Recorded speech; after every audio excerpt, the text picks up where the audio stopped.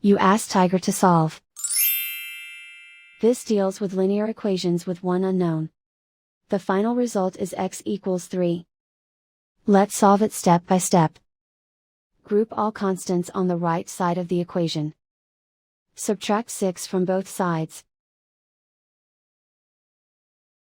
Group like terms.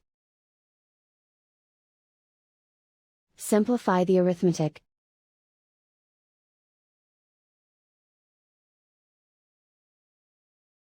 Isolate the x. Divide both sides by 3.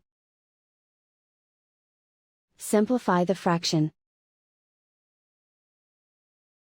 Find the greatest common factor of the numerator and denominator. Factor out and cancel the greatest common factor. And so the final result is x equals 3.